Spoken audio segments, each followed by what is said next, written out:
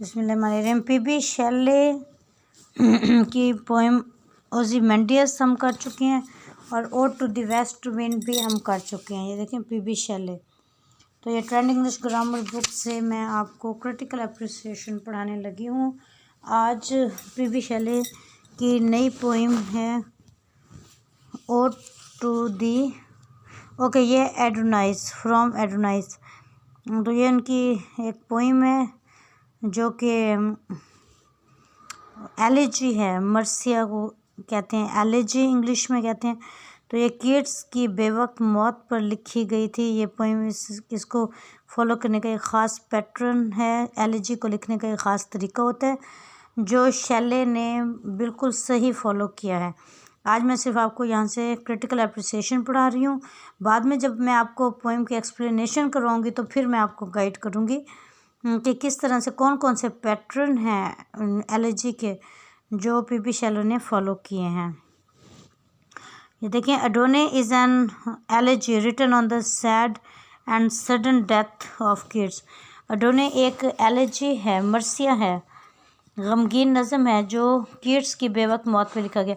Here the poet pictures the throng of mourners. यहाँ शायर मातम करने वालों की तस्वीर खींचता है। The muse Urania dreams and desires, sorrow and pleasure, morning and spring and the fellow poets they all pay tributes to अडोने।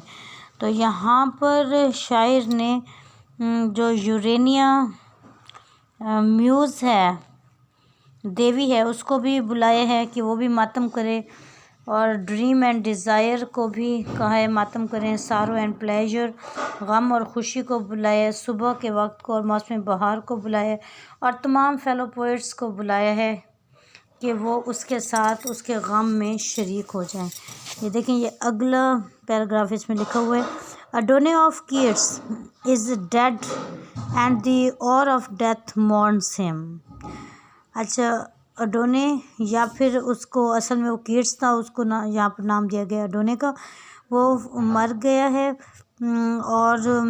और ऑफ डेथ, जो मौत का और का मतलब होता है टाइम, वो जो वक्त है जिस वक्त में उसकी डेथ हुई है वो सारा ज़माना टाइम वो भी मॉर्न कर रहा है, मातम कर रहा है कीट्स की डेथ का। The dead poet was the youngest son of muse Urania.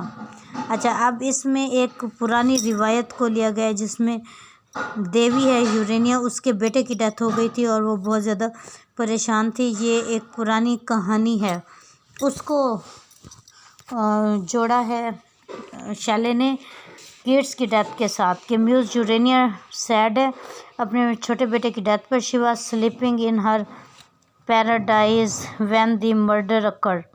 वो अपनी जन्नत में सो रही थी जब ये कत्ल हुआ। She is called upon to weep, उसे बुलाया गया रोने के लिए। But her lament will be in vain, लेकिन उसका मातम बेकार होगा। She desires to join him in death, वो ख्वाहिश करती है कि वो भी उसके साथ मर जाए। But she is chained to time, लेकिन वो वक्त की पाबंद है। And can not thence depart, और देंस इसीलिए वो जुदा नहीं हो सकती, मतलब कि वक्त से पहले वो दुनिया को छोड़ के नहीं जा सकती। After her lament, she is joined by the mountains, shepherds, Byron, Thomas Moore, and Leigh Hunt. Amid the others comes Shelley himself. अच्छा, अपने मातम करने के बाद कौन कौन उसके साथ मातम करने के लिए आ जाता है? पहाड़ी चरवाहे, और उसके साथ साथ जो शायर हैं वो भी चरवाहे बन के आते हैं। बायरन है, टॉमस मूर है, ये शायर हैं, इनके नाम याद कर लीजिएगा। ली हंट है, और उन सब के दरमियान में एक बहुत ही कमज़ोर सा शख्स आता है और वो ख़ुद शेले है। वन फ्रेल फॉर्म, फ्रेल मतलब वीक, बहुत कमज़ोर जिसामत वाला एक शख्स। अ फैंटम अमंग मैन, जो आदमियों के दरमियान भूत नज़र आता है, मतलब बिल्कुल भी वो इंसान नज़र नहीं आ रहा है, जैसे कोई नॉन लिविंग पर्सन है, इस तरह से है वो। अगला पैराग्राफ देखें। He compares himself to Actaeon, वो एक्टियन से अपने आप को कंपेयर करते हैं। Cain and Christ, like Actaeon he has gazed on nature's naked loveliness. Actaeon की तरह वो भी नेचर की बरहना हुस्न को देखता है। Nature strikes back by turning his own hounds. तो नेचर क्या करती है, उसके अपने शिकारी कुत्तों से उसको मरवा देती है। Like Cain he has failed to help his brother. Cain की तरह वो भी फेल हो गया, शैले भी अपने भाई की मदद ना कर सका किड्स की। एंड लाइक क्राइस्ट ईसा की तरह he has suffered for Mankind. वो इंसानियत के लिए सफ़र हुआ, मतलब कि उसने गम उठाए। अच्छा जी, अगला पैराग्राफ देखेंगे। The poem then takes a happy turn and the poet declares that Keats is neither dead or nor asleep. Poem फिर एक हैप्पी टर्न लेती है, मोड़ आ जाता है खुशबाश, और उसमें कीट्स शायर ये सोचता है कि कीट्स की डेथ नहीं हुई है। He is awakened from the dream of life, बल्कि जो नींद का ख्वाब था उससे वो जाग गया है। Because he has outsoared the shadow of our night. उसने मौत के उसकी ज़िंदगी की दुखों भरी रात से अब वो बहुत ऊंचा उड़ गया।